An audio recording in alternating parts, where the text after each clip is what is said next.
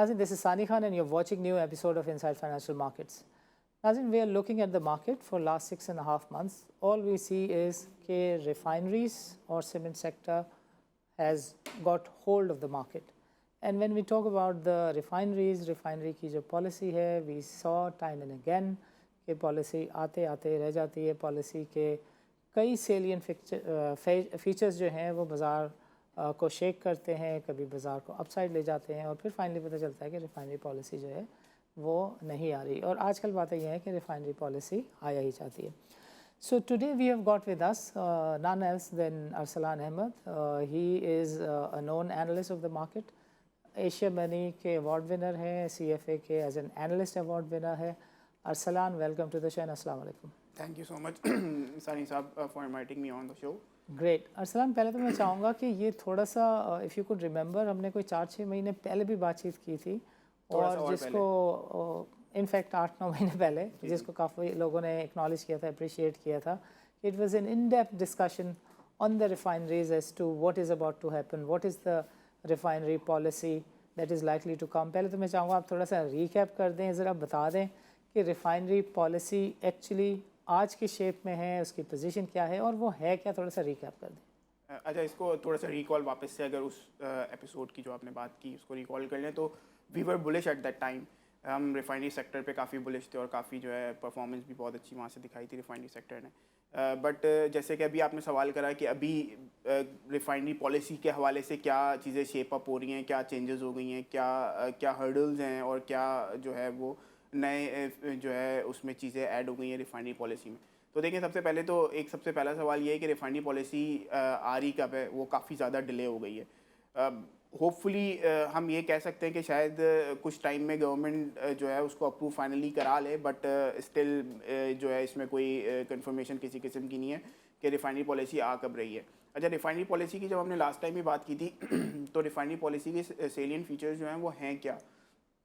इसमें दो important aspects हैं, जिसमें पहला एक्सपेक्ट था वो था आपका ड्यूटी प्रोटेक्शन के हवाले से जो कि रिफाइनरीज़ को मिल रही थी, और दूसरा इनको टैक्स का बेनिफिट मिल रहा था।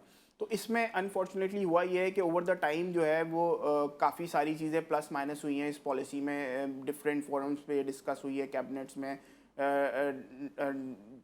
डिस्कशन आई है, तो उसमें काफ़ी सारी चीज़ें प्लस माइनस हो गई हैं। अभी रिसेंटली जो लास्ट जितनी प्रिंट मीडिया से हमें जितना पता चलता है उस हिसाब से जो है वो डीज़ल पे ड्यूटी प्रोटेक्शन गवर्नमेंट दे रही है, और इसको अगर देखें तो डीज़ल पे ऑलरेडी डीम ड्यूटी की शक्ल में ऑलरेडी इनको मिल रही थी 7.5% की प्रोटेक्शन, जो कि बढ़ा के 10% गवर्नमेंट करी है, तो 2.5% का इंक्रीमेंटल बेनिफिट होगा ऑन डीज़ल। अच्छा, इसके साथ साथ दूसरा जो बेनिफिट गवर्नमेंट ने पहले प्रपोज किया था वो पेट्रोल पे था, वो भी 10% की ड्यूटी प्रोटेक्शन का था, but as per print media last जो रिपोर्ट्स हैं उसके हिसाब से आई डोंट नो, शायद वो गवर्नमेंट उसमें थोड़ा सा जो है वो शेकी हो रही है कि ये 10% का MS पे दें, मीन्स MS मीन्स पेट्रोल पे दें ड्यूटी प्रोटेक्शन या ना दें।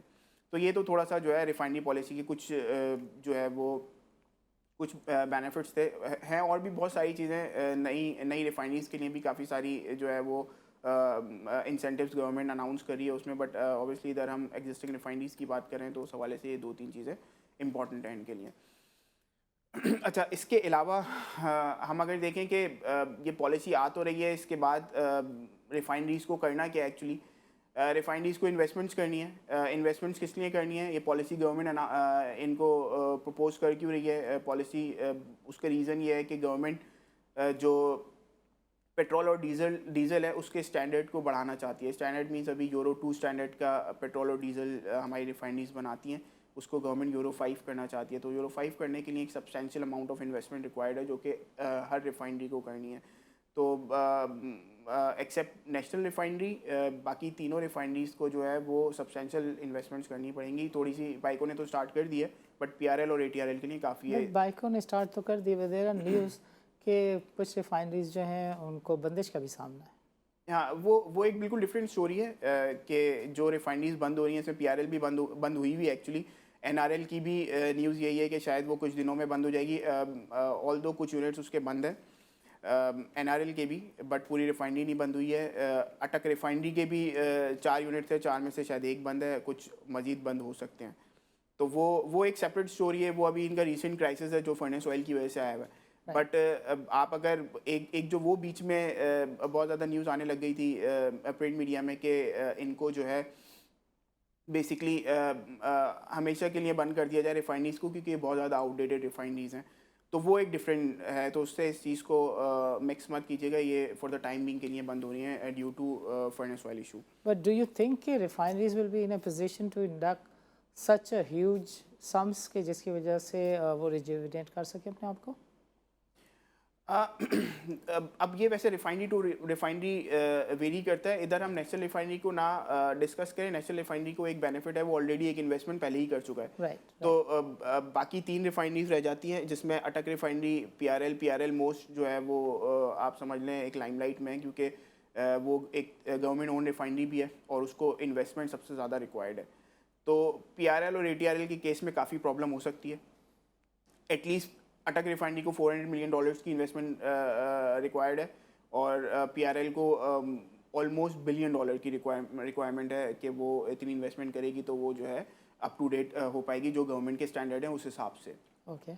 अच्छा, इसमें एक चीज़ जो देखने की है ना, वो ये है कि गवर्नमेंट यूरो 5 स्टैंडर्ड पे तो आना चाह रही है। यूरो 5 स्टैंडर्ड करते, ऑल दो इम्पोर्ट अब हमारी यूरो 5 स्टैंडर्ड की होती है, बट रिफाइनरीज को अभी ये रिलैक्सेशन है कि वो जो है यूरो 2 स्टैंडर्ड का फ़िलहाल बनाए, क्योंकि वो यूरो 5 नहीं बना सकती। तो जब ये यूरो 5 स्टैंडर्ड का डीजल और पेट्रोल बनाएंगी, तो स्पेशली डीजल की अगर हम बात करें, सारी रिफाइनरीज को डीजल डिसल्फ्राइजेशन का एक प्लांट लगाना पड़ेगा। वो मेनली गैस से जो है उसमें गैस का यूजेज बहुत ज़्यादा होता है। तो पाकिस्तान में जब गैस अवेलेबल नहीं है, उस वक्त इस तरह की इन्वेस्टमेंट रिफाइनरीज से करवाई जा रही है। उसके बाद होगा ये कि गैस ये ज़ाहिर है एलएनजी पे शिफ्ट करना पड़ेगा इनको। जब एलएनजी पे शिफ्ट करेंगे तो उसकी एलएनजी की जो कॉस्ट है वो हमारी इंडिजिनस गैस से एटलीस्ट वो वेरी कर रही होती है, 50 to 60% हायर होती है। तो उसकी कॉस्ट कौन बेयर करेगा? तो ये सारी चीज़ें इकनॉमिकली, ये जो दोनों प्रोजेक्ट्स हैं, ये अगर लगा भी रहे हैं तो ये इकनॉमिकली फीजिबल इतने हैं नहीं। ये बहुत हाई एनपीवी प्रोजेक्ट्स बेसिकली हैं नहीं। तो ये रिफाइनरीज के लिए गोइंग फॉरवर्ड भी प्रॉब्लम ही करते रहेंगे अनटिल एंड अनलेस कि गवर्नमेंट इनको ड्यूटी प्रोटेक्शन जो है वो अनफोर्सेबल फ्यूचर के लिए दे दे। बट वो कुछ सालों के लिए दे रही है, तो वो मेरा ख्याल से कुछ बहुत ज़्यादा बेनिफिशियल होगा नहीं इनके लिए। So if you were to propose a solution, what would be your advice? Simple सा है, इसका डीरेगुलेट कर दें। डीरेगुलेशन ही है, इसके अलावा कोई और सोल्यूशन नहीं है। क्योंकि आप ने इस तरह की इंडस्ट्री जो कि हाईली कैपिटल इंटेंसिव है उसको जो है वो रेगुलेट करा हुआ है, उसकी प्राइसेस को रेगुलेट करा हुआ है। ऑल दो इनके रॉ मटेरियल जो है, जो क्रूड ऑयल है, वो रेगुलेट नहीं होता, वो डीरेगुलेटेड है। बट इनका जो है वो जो इनकी एंड प्रोडक्ट्स हैं वो सारी की सारी almost apart from furnace oil, वो सारी की सारी जो है वो रेगुलेटेड है। तो ये डीरेगुलेशन गवर्नमेंट को करनी पड़ेगी। अच्छा, इसमें एक मज़े की चीज़ ये भी है कि आप ये देखें कि ये इस सेक्टर को, ये डीरेगुलेशन की वजह से इस सेक्टर में पिछले कोई 30-40 ईयर्स से कोई इन्वेस्टमेंट नहीं आई है नई। मीन्स वही रिफाइनरीज छोटी मोटी अपनी इन्वेस्टमेंट करके उसको अपग्रेड करने की कोशिश करती रहती हैं, बट कोई नई रिफाइनरी आपने नहीं देखा होगा, कोई नई रिफाइनरी लग रही है, ऐसा जो है हुआ नहीं है। क्योंकि इसीलिए कि जो रेगुलेशन है वो बहुत ज़्यादा हर्ट कर रही है इंडस्ट्री को। So what we saw was कि national refinery 600 के आसपास तक गया. There was a interest in the market. There were other situations as well which are because of which market में interest था. अभी जो situation है refinery sector की, how long you see कि ये इसी तरह की situation persist करेगी? बेरिश स्पेल की आप बात करें? हाँ जी. हाँ, नहीं, ये मेरे ख्याल से ये अपवर्ड स्टिकी रहेंगी। मैं रिफाइनरीज की अगर बात करूं तो उसमें नेशनल रिफाइनरी को भी शामिल कर लें। थोड़ा सा तीनों रिफाइनरी से केस थोड़ा सा डिफरेंट है, हो सकता है थोड़ा सा ज़्यादा थोड़ा सा परफॉर्म कर जाए national refinery, but still upward sticky रहेंगी। हमें कोई जो है बुलिशनेस इस सेक्टर में फ़िलहाल जो है वो नज़र नहीं आ रही। स्पेशली अगर तो गवर्नमेंट एमएस पे ड्यूटी नहीं दे रही तो मेरे ख्याल से बेहतर ये होगा कि पॉलिसी नहीं है। अगर तो एमएस पे ड्यूटी ना दी जाए और पॉलिसी गवर्नमेंट अनाउंस कर दे तो ये तो इनके लिए नेगेटिव हो जाएगा, क्योंकि जो है फिर ये पेट्रोल को अपना यूरो 5 स्टैंडर्ड पे कैसे करेंगे वो एक क्वेश्चन मार्क होगा। अंडरस्टूड। असलान, वक्त हुआ चाहता है एक छोटे से वक्फे का। वक्फे के बाद हम बातचीत करेंगे नाज़रीन सीमेंट सेक्टर पर, बिकॉज पाकिस्तान के बारे में बड़ा स्टैंडर्ड सा फिनोमेना है। बिटवीन मई एंड सितंबर बारिशों के सीज़न की वजह से कंस्ट्रक्शन नहीं होती है, और पाकिस्तान में कहा जाता है कि नवंबर से मई तक ये सीमेंट के लिए एक काइंड ऑफ बूमिंग टाइम कहलाता है जब काफ़ी कंस्ट्रक्शन होती है। तो अरसलान से ज़रा डिस्कस करेंगे कि going forward what is his view on the cement sector. Let's meet after short break.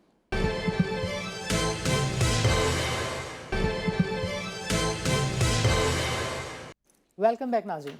नाज़रीन, प्रोग्राम के पहले सेगमेंट में हमने डिस्कशन किया रिफाइनरी सेक्टर पर। वी गॉट टू डिस्कस के कौन से पर्टिकुलर एरियाज़ हैं, इम्पेडिमेंट्स हैं which are holding the development of the refinery sectors. Going forward government को क्या मेजर्स लेने चाहिए हैं, और गोइंग फॉरवर्ड मार्केट का व्यू इस सिचुएशन की वजह से रिफाइनरी सेक्टर के बारे में कैसा रह सकता है। इस पर्टिकुलर सेगमेंट में we are going to talk about the cement sector, और सीमेंट सेक्टर में हम अरसलान से जानेंगे कि जो कैपेसिटी के इश्यूज़ हैं उसके कॉन्टेक्स्ट में something reverse of what government needs to do is happening. Capacity इतनी बढ़ाई क्यों जा रही है, प्राइसिंग के ऊपर हम चाहेंगे कि अरसलान अपने व्यूज़ दें। जो कोल है इसका कितना प्ले रहेगा, ये जो कमोडिटी का एक बहुत ही एब्रप्ट सा एबनॉर्मल सा साइकिल हमने देखा है। सो गोइंग फॉरवर्ड ये कैसे इम्पेक्ट करेगा हमारे यहाँ सीमेंट की प्राइसिंग को। So Arsalan, over to you. अच्छा जी, thank you so much. Unfortunately इसमें भी कोई बहुत ज़्यादा जो है वो सीमेंट सेक्टर को भी लेके हम कोई बहुत ज़्यादा पॉजिटिव नहीं है। उसकी वजूहत काफ़ी सारी हैं, कुछ आपने ही डिस्कस कर ली स्टार्ट में जो सवाल आपने कर दिए हैं। सबसे पहला सवाल ये है कि ये कैपेसिटीज़ इतनी ज़्यादा इंक्रीज़ की जा रही हैं। तो कैपेसिटीज़ का तो देखें हुआ ये कि ये अब जो एक्सपेंशनरी साइकिल आ रहा है वो बहुत जल्दी अनाउंस हो गया। एक्सपेंशनरी साइकिल यूजुअली होता क्या है कि अगर मैं पीछे बैक जाऊं, जो एक्सपेंशनरी साइकिल इससे पहले गुजरे हैं उसमें जो अभी लास्ट एक्सपेंशनरी साइकिल आया था वो ऑलमोस्ट 2 साल पहले आया था, जो कि FY21 में जो है वो एंड हुआ है। इससे पहले जो एक्सपेंशनरी साइकिल था वो तकरीबन कोई 10 साल पहले आया था। उससे पहले चले जाऊँ तो मैं तकरीबन वो 8 साल पहले आया था। तो इतना बड़ा बीच में गैप आता था, एटलीस्ट आप समझ लें ऑन एवरेज 8 to 10 ईयर्स का जो है वो गैप होता था। बट डोंट यू थिंक जो सीपैक है इसकी वजह से ये हो रहा है, या वहाँ पे हमारी सीमेंट नहीं इस्तेमाल होती? नहीं, बिल्कुल हमारी सीमेंट इस्तेमाल होती है उधर, और सीपैक जो है वो उसका फर्स्ट फेज़ ख़त्म हुए हुए भी टाइम हो गया, और उधर से डिमांड आई थी काफ़ी। जो है इन्होंने ये जो एक्सपेंशनरी साइकिल अभी जो अनाउंस हुआ था रिसेंटली, जो 2021 में ख़त्म हुआ है, वो उसी की वजह से हुआ था कि हमारी जो है जो यूटिलाइजेशन लेवल्स थे वो काफ़ी ज़्यादा अच्छे हो गए थे, जिसकी वजह से एक्सपेंशन अनाउंस की गई थी। ओके। बट अब जो एक्सपेंशन अनाउंस करने का रीज़न है वो सिंपली जो हमें लगता है उसका one of the major reason ये है कि टर्फ और LTFF की फैसिलिटी अवेलेबल थी मैन्युफैक्चरर्स के पास। तो एक जो है वो डिस्काउंटेड रेट्स पे उनको इंटरेस्ट जो उनको लोन्स मिल रहे थे, जिस पे उन्होंने जो है अवेल किया उसको, और सबने जो है अपनी कैपेसिटीज़ को जो है वो एक्सपेंड किया। तो अनाउंस मोर लेस काफ़ी सारे प्लेयर्स ने कर ही दिए, एक्सेप्ट 1 to 2 प्लेयर्स। और मैं नॉर्थ की बात कर रहा हूँ, साउथ में इतनी अभी कैपेसिटीज़ अनाउंस नहीं हुई है। तो कैपेसिटीज़ तो अच्छी खासी अनाउंस हो गई हैं। अच्छा, पहले नॉर्थ और साउथ की थोड़ी सी जो है वो क्लैरिटी कर दे फॉर व्यूअर्स के ये बेसिकली कैपेसिटीज़ में 75% फ़िलहाल नॉर्थ है और 25% जो है वो साउथ है। तो मोस्टली जो आप समझ लें मार्केट है वो नॉर्थ की मार्केट है 75% की। तो अभी जो कैपेसिटीज़ अनाउंस हुई हैं उसमें हुआ क्या है कि ओवरऑल अगर हम पाकिस्तान की सीमेंट की कैपेसिटी की बात करें तो ऑलमोस्ट वो 68 मिलियन टन्स की है। वो जो है ऑलमोस्ट 40% से बढ़ रही है, और वो 95+ मिलियन टन्स के करीब जो है वो जा रही है आफ्टर दिस एक्सपेंशनरी साइकिल, जो कि अनाउंस हो गया है, और गोइंग फॉरवर्ड अगले 3 से 4 साल में ऑनलाइन आ जाएंगी कैपेसिटीज़।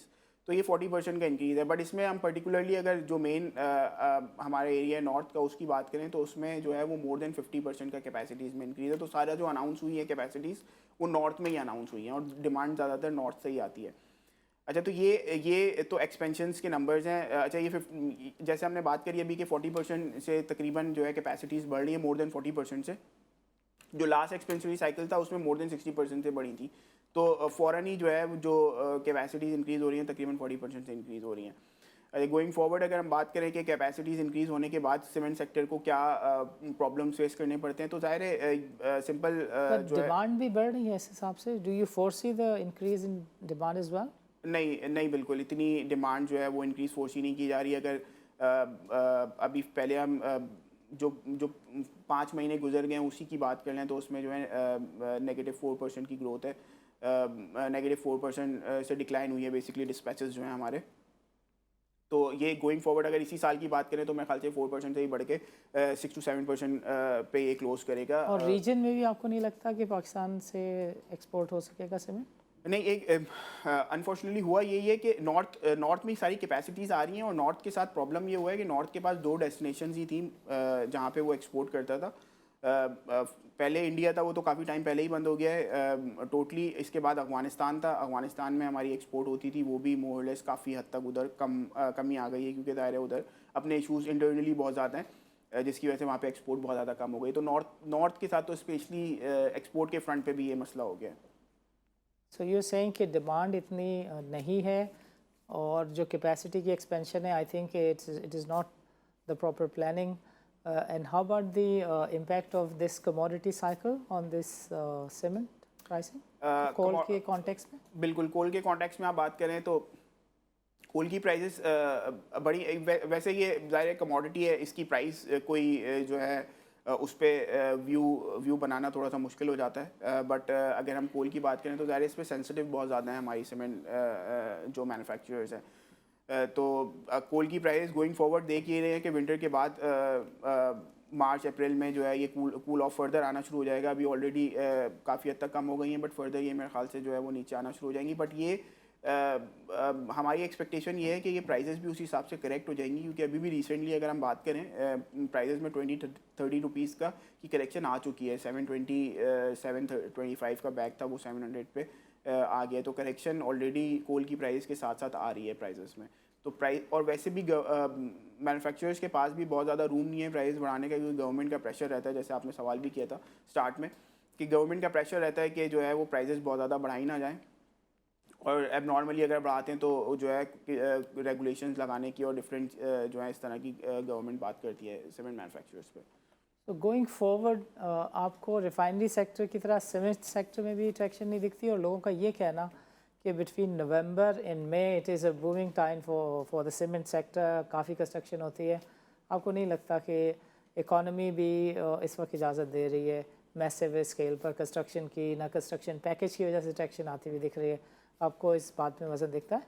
अच्छा, वैसे तो नवंबर टू मई थोड़ा सा जब विंटर आते हैं ना तो उस वक्त डिमांड कम हो जाती है। तो नवंबर टू आप कह लें कि जनवरी तक का जो पीरियड होता है वो थोड़ा सा स्लो ही होता है। उसके बाद जो सही डिमांड आना शुरू होती है, पिकअप जो होती है वो फ्रॉम मार्च टू जून होती है, मानसून से पहले पहले तक। Okay okay. तो इसमें भी देखें सीमेंट सेक्टर की अगर बुनियादी बात कर लें ना, इसको अगर सम अप करें हम कि प्रॉब्लम है कहाँ, अगर हम उस पर बुलिश नहीं हैं तो उसका रीज़न क्या है? उसका रीज़न यही है कि तीन मसले। एक तो कैपेसिटी एक्सपेंशन सबसे बड़ा मसला है जो कि नेक्स्ट ईयर से ऑनलाइन आना शुरू हो जाएगी। ज़्यादा नहीं, मेरे ख्याल से 8 to 9 मंथ्स अब बचे हैं, कैपेसिटीज़ आना शुरू हो जाएंगी। और कैपेसिटीज़ आने से पहले मार्केट में जो है वो थोड़ी सी जो है वो पोजीशनिंग स्टार्ट हो जाती है और प्राइसेस जो है वो प्रेशर में आना शुरू हो जाती हैं।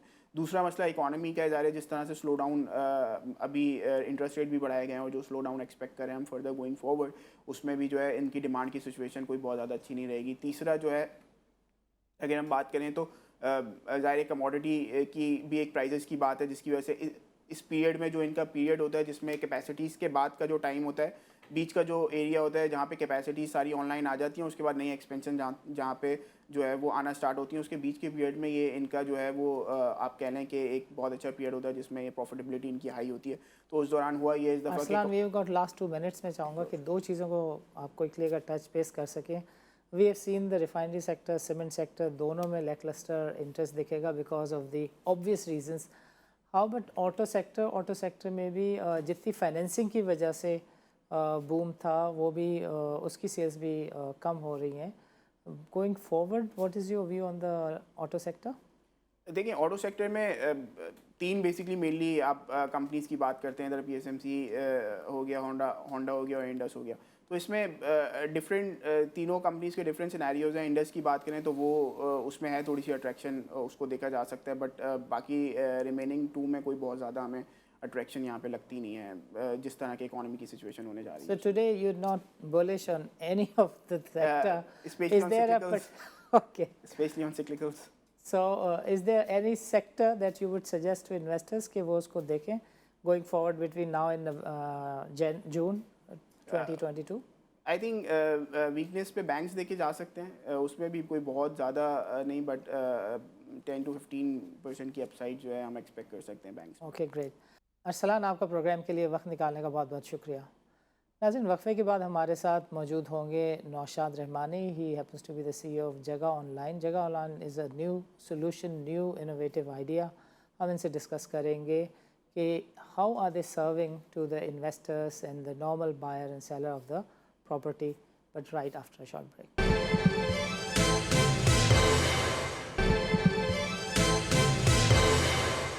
वेलकम बैक नाज़रीन। नाज़रीन, वक्फे से पहले हमारे साथ मौजूद थे Arsalan, who is a known analyst of the market, जिनसे हमने तफसीली बातचीत की on the refinery, steel and auto sector. Programme के इस सेगमेंट में हमारे साथ मौजूद हैं Naushad Rahmani. He is the CEO of the Jagah online. Naushad साहब, welcome to the show and अस्सलाम वालेकुम। वालेकुम अस्सलाम रहमतुल्लाह। नौशाद साहब, मैं चाहूँगा कि आप हमारे नाज़रीन के लिए थोड़ा सा शेयर करें कि जगह online is your brain child, इसका क्या आइडिया है? दी jagaonline.com एक यूनिफाइड मार्केट प्लेस है जहाँ पर मासेस को तमाम अक्रॉस पाकिस्तान हम ना सिर्फ प्रॉपर्टीज़ आपको प्रोवाइड करते हैं, वेरीफाइड 360 प्रॉपर्टीज़ प्रोवाइड करते हैं, बल्कि आपको घर से रिलेटेड जितनी भी मेंटेनेंस सर्विसेज हैं वो प्रोवाइड करते हैं। इसके साथ साथ अगर आपको कोई अपने घर या ऑफिस के मतलब कोई भी फर्नीचर या कोई प्रोडक्ट आपने ख़रीदनी है तो वो भी हम आपको यहाँ पर प्रोवाइड करते हैं। इसके साथ साथ हम मिलियंस ऑफ कस्टमर्स को पूरे पाकिस्तान में property projects, new homes, flats and apartments and land की शक्ल में प्रोवाइड करते हैं जो कि वेरीफाइड होती हैं। उसका होम ड्यू डिलिजेंस, उसका लीगल पेपर स्ट्रक्चर हम सारा क्लियर करते हैं और फिर उसके बाद कंज्यूमर्स तक वो प्रोडक्ट या सर्विसेज या रियल एस्टेट जो है हम प्रोवाइड करते हैं। हमारे पास बहुत सारे सेगमेंट्स हैं एक ही jagaonline.com के ऊपर। उसमें से एक जो उस्ताद का एलिमेंट है। जो उस्ताद एलिमेंट के अंदर हम हंड्रेड्स एंड थाउजेंड्स ऑफ लोगों को एम्प्लॉयमेंट अपॉर्चुनिटीज़ क्रिएट कर रहे हैं, जहाँ पर जो स्किल्ड वर्कर्स हैं जैसे कि प्लम्बर्स, टेक्नीशियंस, इलेक्ट्रिशियंस और बहुत सारी कैटेगरीज़ हैं, 700 प्लस कैटेगरीज़ हैं, जिसमें ये वर्किंग क्लास को हम ऑन बोर्ड करते हैं और सार्फिन को उनके घरों तक प्रॉपर्टी से मुतल्लिक तमाम मेंटेनेंस सर्विसेज प्रोवाइड करते हैं। इसके साथ साथ हम जगह 360 का एक एलिमेंट है जहाँ पर हम आपको प्रॉपर्टी आपके मोबाइल फ़ोन पर आपको दिखाते हैं as if you are in the property, जो जगह 360 के नाम से उसका आपको टूर कराते हैं। उससे बुनियादी तौर पर फ़ायदा तमाम स्टेक होल्डर्स को होता है, प्रॉपर्टी ओनर को और प्रॉपर्टी टेनेंट को या बायर को या सेलर को, कि जो प्रॉपर्टी में आप इंटरेस्टेड हैं बाय या सेल या रेंट के लिए, वो प्रॉपर्टी आप अपने मोबाइल फ़ोन पे पूरी तरह से देख सकते हैं। But in this Jagah 360, this is about buying and selling a place, which could be a flat, a plot, agricultural land or whatever. इसमें जो सबसे अहम तरीन चीज़ है, that is the verification of the property.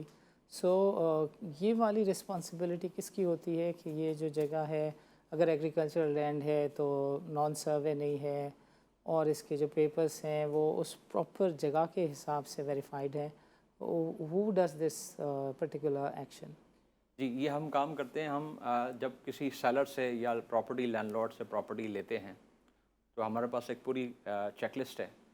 Checklist होती है, वो दो हिस्सों में डिवाइड होती है। एक प्रॉपर्टी से मुतल्लिक उसकी हिस्ट्री है, उसका रिकॉर्ड है, और एक उसके लीगल मैटर से रिलेटेड करती है। तो हम एक्सक्लूसिव प्रॉपर्टी सिर्फ वही लेते हैं जो लीगली उनका ड्यू डिलिजेंस क्लियर हो और उसके सारे पेपर वर्क हम पहले लेते हैं, सारे क्वेश्चन हम क्लियर करते हैं। एक छोटी हमारे पास टीम होती है जो इसके ऊपर ड्यू डिलिजेंस करती है। उसके बाद फिर हम प्रॉपर्टी को 360 यानी कि उसका डिजिटल कंटेंट प्रोड्यूस करते हैं, जिसमें हम उनकी 360 बनाते हैं, HD वीडियोग्राफी बनाते हैं, शूट्स करते हैं, एरिया गाइड आपको प्रोवाइड करते हैं।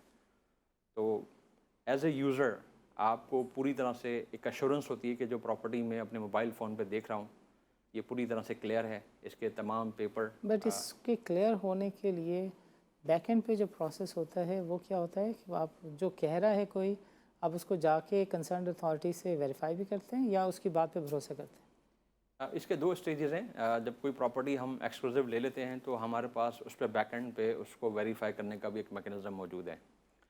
ये मैकेनिज़्म हर शहर में, हर यूनियन कौंसिल में या हर जोन के अंदर डिफरेंट है। फॉर एग्ज़ाम्पल कराची में हमारे पास 12 जोन्स हैं, यहाँ पर जो उसका लीगल स्ट्रक्चर है प्रॉपर्टी की ओनरशिप का, वो मुख्तलिफ तरीके से वेरीफाई किया जाता है। तो यस वी डू दैट। जब प्रॉपर्टी एग्रीमेंट बाय सेल का एग्रीमेंट बनता है, उससे पहले ये प्रोसेस हम बायर को कंप्लीट करके देते हैं। Right. So I just wanted to know कि जैसे कोई एग्रीकल्चरल लैंड है तो वो सर्वे है या नॉन सर्वे है, तो ये वाली वेरिफिकेशन उस कॉम्पिटेंट अथॉरिटी से आप जाके पर्सनली खुद करते हैं, आपका स्टाफ खुद करते हैं और फिर वो प्रॉपर्टी डालते हैं, या अगर मैंने कहा कि मेरी सर्वे लैंड है और सर्वे नंबर सो इन सो है, चाहे सर्वे पे वो ज़मीन है या नहीं है, जी आप उसको अपनी ऑनलाइन पोर्टल पे प्लेस कर देते हैं? जी।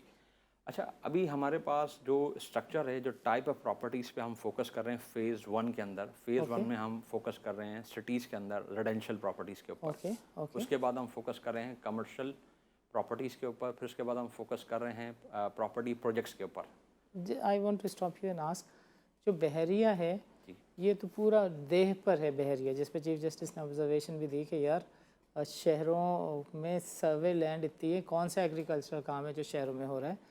सो बहरिया और इसकी विसिनिटी में आसपास हम देखते हैं कि जो जगह 5 लाख 10 लाख रुपए एकड़ नहीं होती थी, वो 1.25 2.5 3 करोड़ रुपए एकड़ के वहाँ रेट चल रहे हैं और उसके दे नंबर्स होते हैं। सो बहरिया में अगर कोई ज़मीन लेता है, जगह लेता है, उसके आसपास लेता है, so how do you do that? देखिए, बहरिया पे जो पहले तो लीगल बताएं बहरिया में आप काम कर रहे हैं, बहरिया डीएचए सिटी इस बिल्कुल तरह की? बिल्कुल, बहरिया में भी हम काम करते हैं, डीएचए सिटी में भी हम काम करते हैं।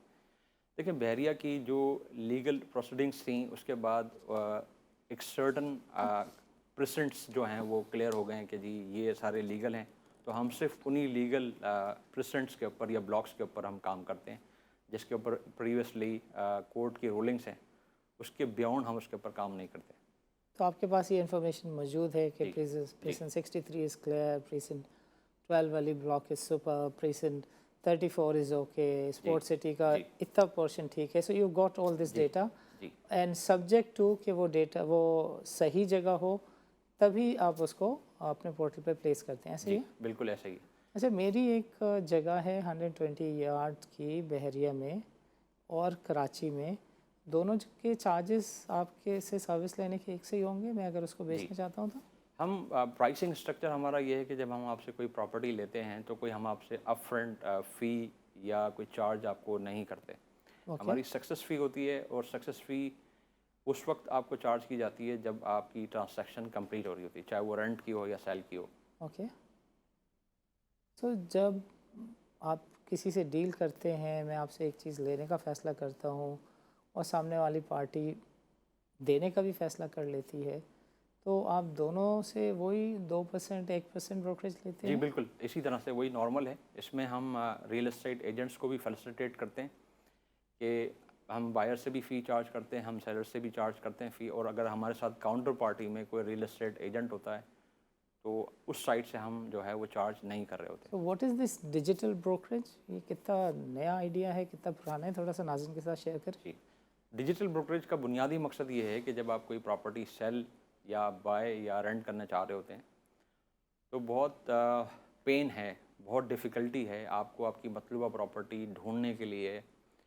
बहुत सारे एलिमेंट्स हैं जिनके बारे में ऐसे आम सार्फिन को नहीं पता होता, सच एज़ के किस एरिया में प्रॉपर्टी का रेट क्या है। अगर मेरे पास एक्स अमाउंट ऑफ मनी है तो मैं किस एरिया में किस तरह की प्रॉपर्टी जो है वो ख़रीद सकता हूँ। तो ये information as an adviser, as an consultant हम कस्टमर्स को प्रोवाइड करते हैं कि जी अगर आपका ये बजट है और आपकी ये रिक्वायरमेंट्स हैं तो इस एरिया में ये रिक्वायरमेंट इस तरह से पूरी हो सकती है। दूसरा काम हम ये करते हैं कि हम आपको पिलर टू पोस्ट बार बार कोई 10 20 30 प्रॉपर्टियाँ नहीं दिखाते। हम बुनियादी तौर पे आपको आपकी रिक्वायर्ड मतलूबा प्रॉपर्टी, हर एरिया का रिलेशनशिप मैनेजर आपको असाइन किया जाता है और वो आपको आपकी प्रॉपर्टी आपके मोबाइल फ़ोन पे आपको दिखाता है। आपको 5 10 20 प्रॉपर्टीज़ दिखाई जाती हैं डिजिटली। आप 360 वॉक थ्रू में, जगह 360 वॉक थ्रू में आप जब प्रॉपर्टी वेब पे या हमारी ऐप पे देखते हैं तो आपको ऐसा लगता है जैसे आप प्रॉपर्टी के अंदर हैं। अगर एक दीवार में कोई कील भी लगी है तो वो भी आप जो है वो जूम करके देख सकते हैं, आप वॉक कर सकते हैं उसके अंदर कि जी मुझे इस कमरे में जाना है, लेफ़्ट पे जाना है, ऊपर जाना है, नीचे जाना है। तो आप वहाँ से प्रॉपर्टी शॉर्टलिस्ट करते हैं और फिर उसके बाद आप उसी प्रॉपर्टी को विजिट करने जाते हैं जहाँ पर आप की रिक्वायरमेंट्स पूरी हो रही होती हैं, budget wise, location wise, convenience, access, वो तमाम चीज़ें। तो ये डिजिटल ब्रोकरेज है, इसका मकसद बुनियादी तौर पर ये है कि हम पिलर टू पोस्ट बहुत सारे एजेंट्स के साथ बहुत सारी प्रॉपर्टियाँ और महीनों हफ्तों का जो काम है वो आप चंद दिनों में कर सकते हैं। नौशाद साहब ये बताइए कि ये तो यूज़र के लिए सर्विसेज हो गई, एक बेचने वाला ख़रीदने वाला, एक जो इन्वेस्टर है उसको भी आप थोड़ा सा गाइड वाइड कर सकते हैं कि यार एज अ इन्वेस्टर मुझे बताएं कि बहरिया अच्छा है नेक्स्ट ईयर के लिए, डीएचए अच्छा है, या ये जो नॉर्दर्न बाईपास में नई डेवलपमेंट हो रही हैं वो ज़्यादा अच्छी हैं, या कराची में फ़लाना पर्टिकुलर एरिया है जो डेंजर जोन में जा सकता है, उसकी प्राइसेस कम हो सकती हैं। इस तरह की भी एडवाइसेस आपसे मिल सकती है जी इन्वेस्टर? बिल्कुल मिल सकती है। हमारे पास हर सिटी को हमने जोन में डिवाइड किया हुआ है और हर जोन के ऊपर उसका एरिया रिलेशनशिप मैनेजर होता है और वो एरिया रिलेशनशिप मैनेजर अपने एरिया पे फोकस करता है। उसके पीछे एक एनालिटिकल टीम होती है जो हर एरिया को इवैल्यूएट करती है कि वहाँ पर कितनी आबादी है, कितने कंस्ट्रक्टेड प्रॉपर्टीज़ हैं, अभी कितने प्लॉट्स वहाँ पर बाकी हैं, वहाँ पर सोशो इकनॉमिक क्लास किस तरह के लोगों का है, सिटी वाइज कौन से ऐसे एरियाज़ हैं जो अपकमिंग हैं, जहाँ लीगल प्रॉब्लम्स हो सकते हैं, जहाँ पर लीगल क्लियरेंस नहीं है। तो ये तमाम इन्फॉर्मेशन हम इन्वेस्टर को, रियल एस्टेट एजेंट्स को और बायर या सेलर को, तमाम लोगों को ये एज अ कंसल्टेंट हम ये सर्विसेज प्रोवाइड करते हैं। तो नौशाद साहब ये जो पिछले 6 महीनों में, राधा 8 से 10 महीनों में बहरिया में हमने देखा है, दैट इज़ मार्वलस। प्राइसेस जो हैं वो तकरीबन नियरिंग टू डबल हो रही हैं और लोग इसमें बहुत सारी बातें कर रहे हैं कि बहरिया जो है, बहरिया BK2, बहरिया कराची 2 आ रहा है, बहरिया इंडस्ट्रियल एरिया आ रहा है, जिसकी वजह से हम देखते हैं कि नूरियाबाद में जो प्राइसेस हैं, जो 30 लाख रुपए एकड़ जगह होती थी वो 4 करोड़ रुपए एकड़ तक चली गई है। बहरिया के सामने एक एरिया होता था जिसकी तरफ कोई देखता नहीं था, उस एरिया में भी जो रेट है वो 1.25 2.5 करोड़ के आसपास पहुंच गया। बहरिया के जो आसपास गांव हैं वहाँ की भी जो ज़मीनें हैं वो 5-10 लाख में कोई नहीं लेता था, अभी 1.5-2 करोड़ रुपए एकड़ के आसपास चले गए हैं। बहरिया की जो प्रीसेंट है, जैसे आपने बताया कि देयर सर्टन प्रीसेंट के जहाँ पे क्लियरेंस नहीं थी, जो क्लियर प्रीसेंट्स हैं उसमें पिछले 8 महीनों में जो प्रॉपर्टी है वो डबल हुई है। आपको एक तो वजह बताएं फॉर द इन्वेस्टर कि ये क्या वजह है कि इतनी तेज़ी है प्रॉपर्टी में, और आपको लगता है कि ये तेज़ी जो है वो सस्टेन तेज़ी है, लॉन्ग टर्म तेज़ी है? देखिए, Bahria in Pakistan chapter as एक एक्सेप्शन है। मैं as a Bahria as an entity तो मैं कमेंट्स नहीं कर दूंगा, बट मैं आपको as a business model, as an ecosystem, part of ecosystem में उनके ऊपर आपको अपनी राय दूंगा। बट इन जनरल जी। That I understand and respect, तो वो तो शायद हम भी, हमारी टीम भी इसको कट कर देती, बट बहरिया का नाम लिए बगैर जो प्रॉपर्टी में इस एरिया में तेज़ी हो रही है, सुपर हाईवे के एरिया में तेज़ी हो रही है, DHA साइड पे तेज़ी हो रही है, ये कितनी अनकॉल्ड फॉर है? ये मतलब आपको हज़म होती हुई दिखती है, नहीं दिखती है, या देयर आर रीजंस कि ये तेज़ी बनती है? देखिए, बहरिया ने लोगों को एक लाइफस्टाइल दिया है, एक क्वालिटी लिविंग स्टैंडर्ड दिया है।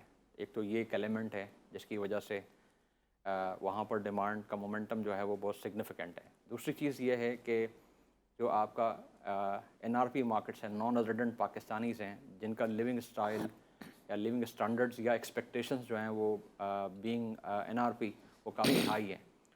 तो जब वो रिटर्न होते हैं या हॉलिडे होम बनाना चाहते हैं या अपना घर बनाना चाहते हैं, तो वो एक्सपेक्ट करते हैं वो उसी लाइफस्टाइल को अडॉप्ट करें जो वो बाहर जिसको एक्सपीरियंस कर रहे हैं।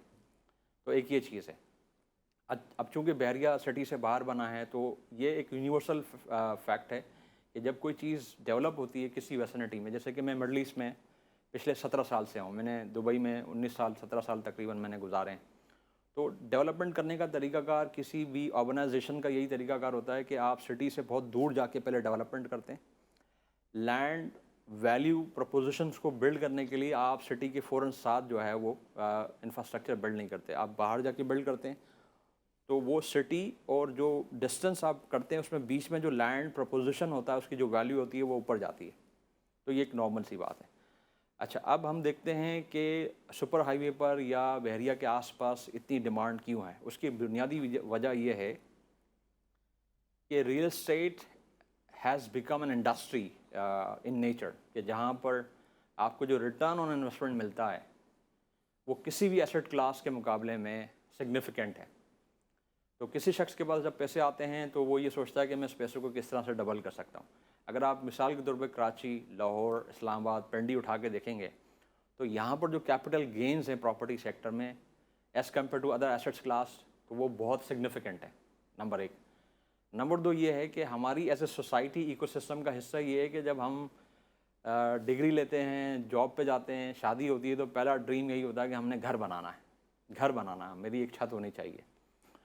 तो इस तीसरा एलिमेंट ये है कि जो आपकी अर्बनाइजेशन है वो बहुत तेज़ी से जो है वो पूरी दुनिया में हो रही है, लेकिन पाकिस्तान में ये कंट्रोल नहीं है।